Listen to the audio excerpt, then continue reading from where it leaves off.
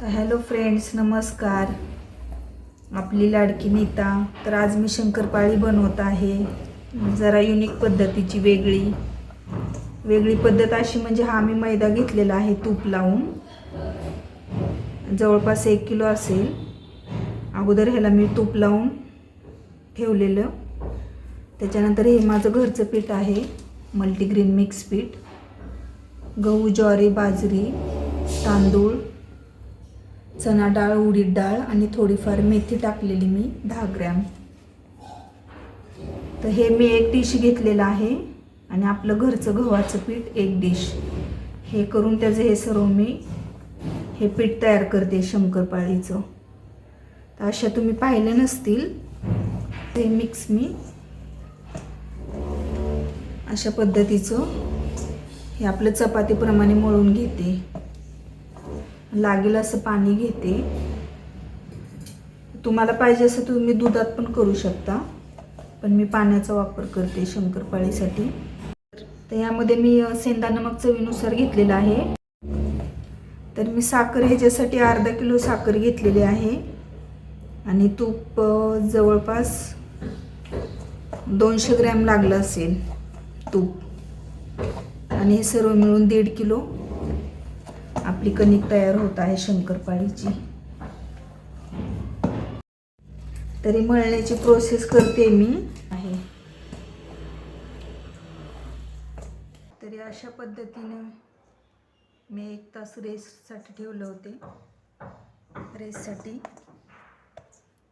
अशा पद्धतीने भिजलेले. तर चला आपण आता शंकरपाळी बनवूया मल्टीग्रेन मिक्स पिठापासून. अशा पद्धतीने मस्तपैकी छान आपली मल्टीग्रेन शंकरपाळी, जे की तुम्ही केव्हा ऐकलं नसेल, पाहिलं नसेल, ती एवढी साईज ठेवली आहे मी. पीठ खूप छानपैकी भिजलेले 1 तास. तर आता ही आपली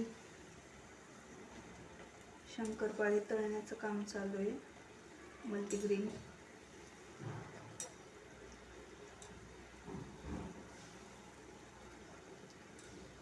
युनिक पद्धतीची शंकरपाळी, मी माझी स्वतःची खास रेसिपी आहे, जे करून मी एवढी पीठ वापरलेत.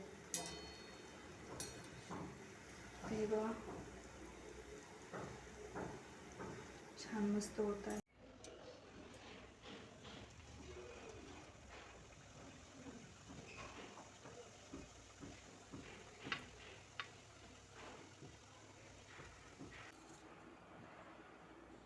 अशा ते माझी स्वतःची खास रेसिपी आहे.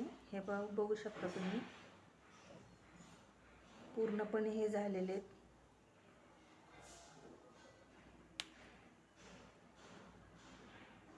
हे बघा,